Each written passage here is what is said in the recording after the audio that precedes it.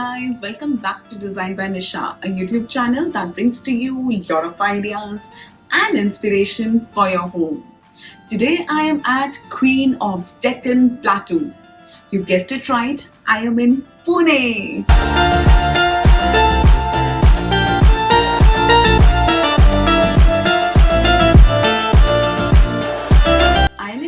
Only for few hours. So I have shortlisted 3 places which I think I can cover in limited time. That is Shaniwar Wada, Vishram Bagh and Shinde Chhatri. So let's see will I able to cover that or not.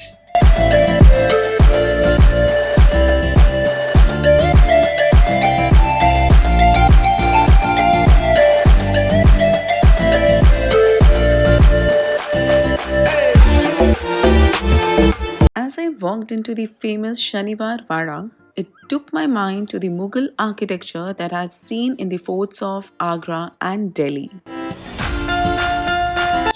This fort was built in 1732 and was the seat of Peshwas of Maratha Empire.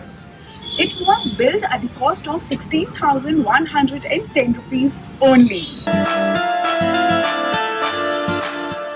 The name Shaniwar Wada is derived from two Marathi words. Shaniwar, that means Saturday, and Wada means a residential complex.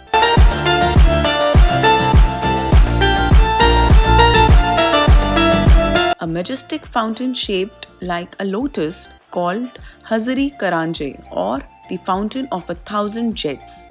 It is believed to have been the most exquisite fountain of that era, whose jet formed 80 feet high arches. It is still one of the best places to visit in Pune, although the mansion covers nearly the whole city in its heyday. It currently spreads across 625 acres. Archaeologists believe that Shaniwar Wada originally had 6 floors, and the Maratha imperial architectural style used teak for the construction. Today, it stands as one of the finest architectural legacies and a prime tourist attraction in the city of Pune. If you are a history buff or enjoy art and architecture, this monument must be on your itinerary.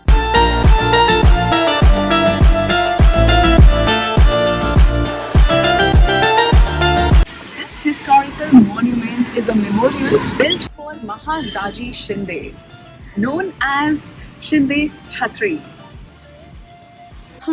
I decided to first go in and check out the interior, and gosh, they were just mind-blowing.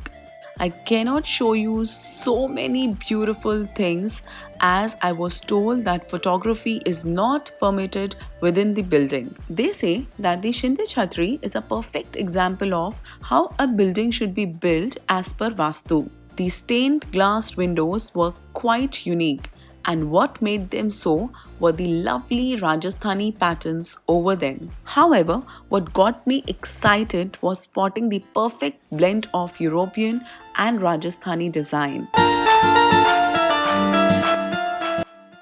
The magnificent palace was built over 6 years and served as a luxurious residence to the last of the Peshwa, Bajirao Peshwa II, till his defeat by the British.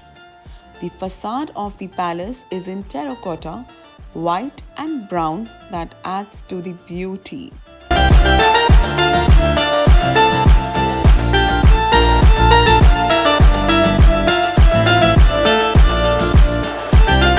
The wooden pillars are what catches my attention.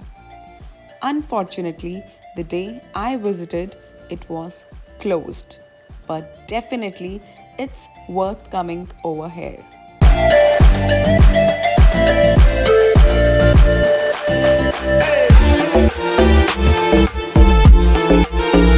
Pune is a young, fun and vibrant city that also has a historical side. So, if you are in Pune for a day, make sure you experience at least one aspect of the city. That's all for today. I hope you like this video. Don't forget to subscribe to my channel. designed by Misha.